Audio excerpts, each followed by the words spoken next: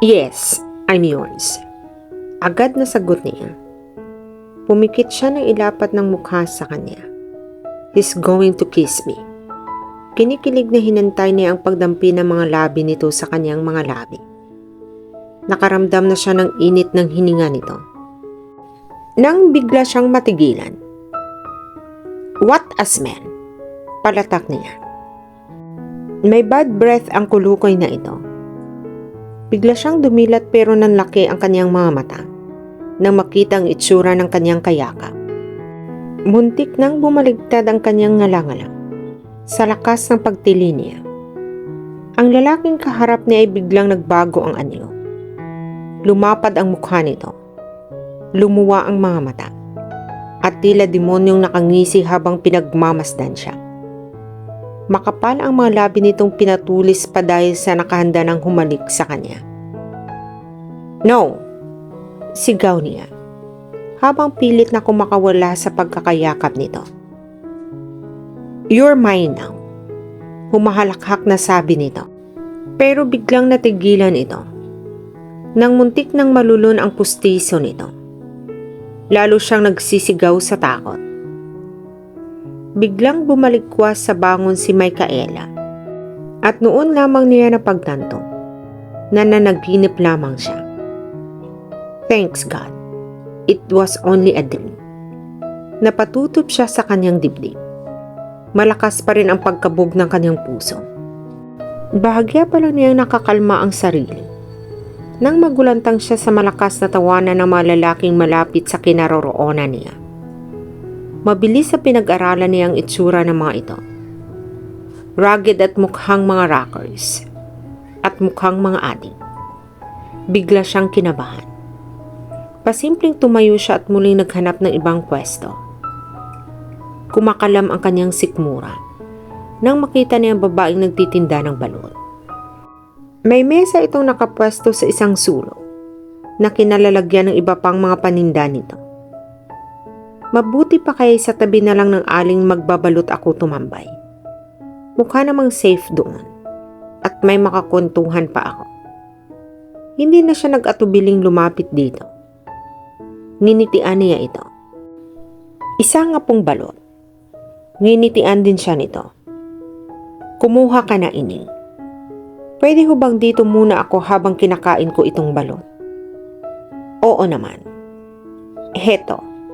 May isa pa akong bangketo rito. Inilabas nito ang upuan.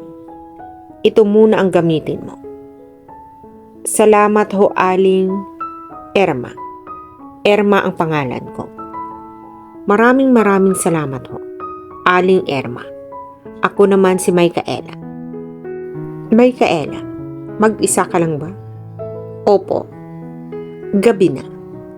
Hindi ka ba natatakot gumalang mag-isa? Ang totoo ho ay balak kong magpalipas ng magdamag dito sa Luneta. Bukas na ako maghahanap ng matutuluyan. Ano? Ang ibig mong sabihin hindi ka taga rito sa Maynila? Hindi po. Matagal na pinagmasdan siya nito. Stowaway ka ano? Nahihiyaman ay umamin siya rito. Hindi na nakikialam ako sa buhay mo. Pero hindi mo ba alam na delikado ang ginagawa mo? Lumuwas ka rito nang walang siguradong mapupuntahan. Baka gaano kalaki ang problemang tinakasan mo, ay mas malaki ang problemang haharapin mo rito. Pinalungkot niya ang kanyang boses. Pinalamlam niya ang mga mata. At pinilit niyang umiyak. Gusto niya makuha ang buong simpatsya nito. Nagbabaka sakali siyang maawa ito sa kanya. At alukin siya munang tumuloy sa kanilang bahay. Nakadama siya ng takot. Dahil hindi niya alam, ang likaw ng mga bituka ng mga taong makakaengkwentro pa niya. Mas mapapanatag siya kung makikituloy muna siya sa bahay nito, kaysa magpalipas magdamag sa Luneta. Hindi ko naman talaga gustong maglayas. Itinuto niya ang pag-arte habang nagkukwento kay Aling Irma. Maliban sa pagiging anak mayaman, ipinagtapat niya ang lahat ng dahilan ng kanyang paglayas. Mabigat nga ang problema mo. Hindi biro ang mag-asawa lalong hindi mo kilala ang mapapangasawa mo. Habang buhay na commitment iyon. Nagtagumpay naman yata siya dahil nakadama ito ng awa sa kanya. Kaya nga po kahit walang kasiguraduhan, ay pikit mata akong lumuwas dito. Hindi kita masisisi.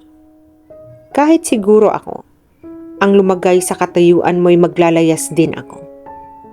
Nakikisimpatyang sabi nito. Kung gusto mo, doon ka muna sa bahay tumuloy. Medyo may kasikipan nga lang dahil kasama natin ang 5 anak ko. Share na lang kayo ng anak kong dalaga sa kanyang kwarto. Nakahinga siya ng maluwag. Talaga ho? Naku, salamat ho Aling Irma. Hulog kayo ng langit sa akin. Natutuwang napayakap siya rito. Mabuti ang inay ang nahingan mo ng tulong. Mahirap magtiwala sa mga tao rito sa Maynila. Maraming mapagsamantala. Sabi kay Micaela ng anak na dalaga ni Aling Irma. 1 taon lang ang tanda niya rito, kaya madali silang nagkahulihan ng loob. Oo nga, mabuti na lang at ginutom ako, kaya naisipan kong bumili ng balot. Aniya habang sinusuklay ang kanyang mahabang buhok na nakatapat sa electric fan. Malaki palang utang na loob mo sa mga alaga mo sa tiyan. Biro nito, habang matamang tinitigan siya. Tama ang hula ko kanina. Na ano? Maganda ka nga pala talaga. Lalo ngayon at nakaligo ka na. Presko at maaliwalas na ang mukha mo. Hindi katulad kanina na mukhang dinaanan ka ng 10 buhawi. Nakangiting hinarap niya ito. Magmula kasi nang dumating ako rito, ay aburido na ako. Dahil hindi ko alam kung saan ako pupunta. Ano ba kasi ang dahilan at napaluwas ka rito sa Maynila? Gayong wala ka naman palang mapupuntahan. Curious na tanong nito. Walang paghiming-kiming nagkwento siya sa kanyang bagong kaibigan. Inulit niya ang sinabi niya sa ina nito. Sigurado ka bang seryoso ang papa mo sa mga plano niya? Tanong nito pagkataka. Nasa computer age na tayo. Akala ko'y hindi uso ang ganyang arrangement. Akala ko rin. Kaya nga nabigla ako nang malaman ko ang bagay na iyon. Paano kung taliwas ang inaasahan mo ang itsura ng lalaki na gusto ng father mo para sa iyo? Paano pala kung bata pa ito at ubod ng gwapo? Kinikilig na komento nito. Kaibigan siya ng papa. Kaya nakakasigurado akong matanda na iyon. Ayaw mo ba noon? Kung matanda, ibig sabihin madaling mamatay. Maaga kang mabibiyuda. Magkakaroon ka naman ng pagkakataon. Maghanap ng iba. Binuntunan pa nito ng hagik-gik ang sariling biro. Ayoko nga. Hindi ko pinangarap na mabiyuda kaagad. At lalo hindi kong pinangarap na magkaroon ng asawang hukluban. Wag naman. Please. Magpapakatandang dalaga na lang ako. Lalong lumakas ang tawa nito. No wonder kung bakit malakas ang loob mong maglayas. Sukang-suka ka nga pala sa groom mo. Sinabi mo pa. Ipinagpatuloy niya ang pagsusuklay ng kanyang buhok. Pero ano nga palang hinahanap mo sa isang lalaki? Actually, wala naman akong standard sa pagpili. Basta naramdaman kong kumabog lamang ng malakas ang dibdib ko. Sigurado na akong siya ang lalaking para sa akin. Talaga? Kahit pangit?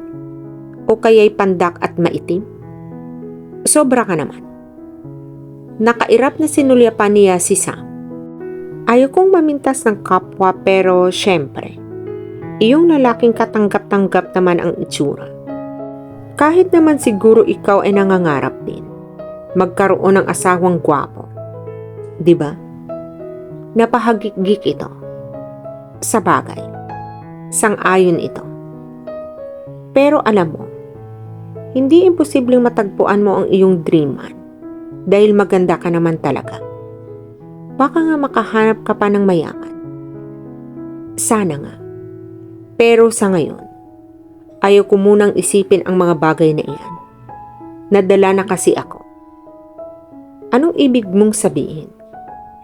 May boyfriend na ako, pero hindi ko alam kung nasaan siya ngayon.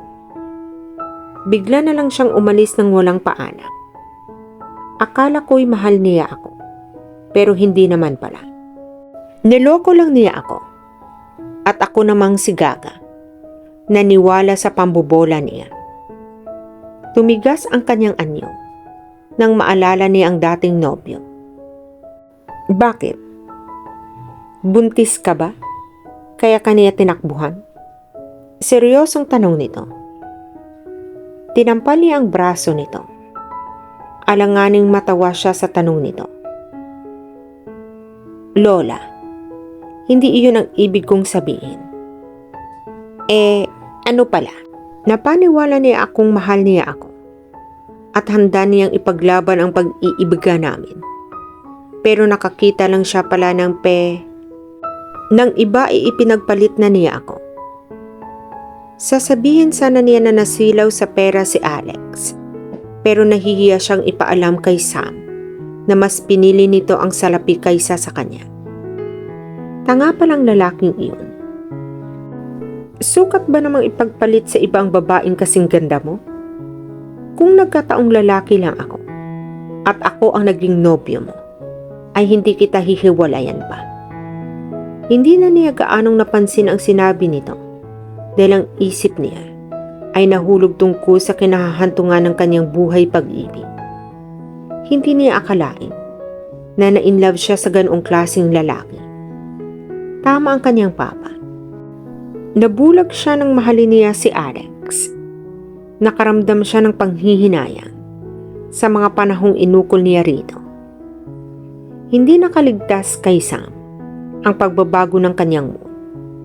Umayos ito sa pagkakahiga at sumisiksik sa kabilang gilid ng kama upang mabigyan siya ng espasyo. Matulog na tayo.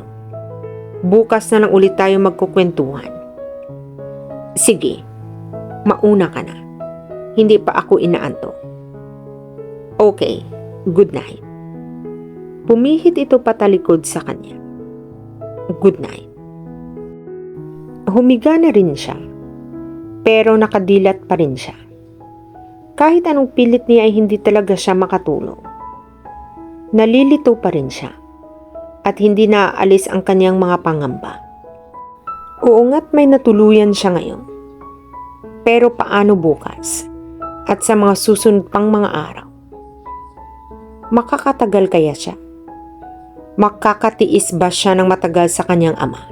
Kung bakit naman kasi nagmamadali itong ipakasal siya sa kaibigan nito? She was only 22 at kakatapos lang niya mag-aral sa kolehiyo. Inihahanda pa lang niya ang sarili sa pagmamanage ng mga negosyo nito. Alam niyang mahirap pero kakayanin naman niya. Kaya nang nagdamdam siya rito nang bigyan siya nito ng partner daw sa negosyo. Mabuti sana kung sa negosyo lang niya magiging partner. Magiging asawa rin pala niya. Nahalata marahil ni Sam ang kanyang pagkabalisa, kaya muling bumaling ito sa kanya. Sis, bakit? Wala. Iniisip ko lang ang gagawin ko bukas. Balak ko kasi maghanap ng trabaho at matitirhan. Lilipat ka? Kailangan. Nakakahiya naman kung makikita na lang ako sa inyo. Bumangon ito. Anong nakakahiya? Maluwang naman ang kwarto ko. Isa pa, hindi papayag si inay na umalis ka rito hanggat hindi ka makakahanap ng trabaho. Pero nakakahiya. Ayaw kong abusuhin ang kabaitan ninyo. Ano ka ba? Dito ka lang. Para may kasama naman akong babae. Alam mo namang puro barako ang mga kapatid ko. Si inay naman, palaging wala. At hindi ko rin naman pwedeng sabihin sa kanya ang mga escapades ko. Paggagalitan niya ako. Kapag nalamang may boyfriend na ako. May boyfriend ka na? Oo naman. Pero secret lang natin iyon. Natatawang tumango siya. So paano? Payag ka na bang tumira dito? Huwag kang mag-alala kay inay at itay. Sigurado akong papayag sila. Sige na nga. Okay. Natutuwang sabi nito. Sa wakas ay may kasama na rin akong dalaga sa bahay na ito. Salamat, Micaela. Ako ang dapat magpasalamat. Natutuwang pinagmasdan niya ito. Isa na lang ang problema niya. Ang paghahanap ng trabaho. At dito na po nagtatapos ang part 3 ng ating kwento. Sabay-sabay po nating abangan ang susunod na kabanata. Be good, be safe, and God bless po everyone.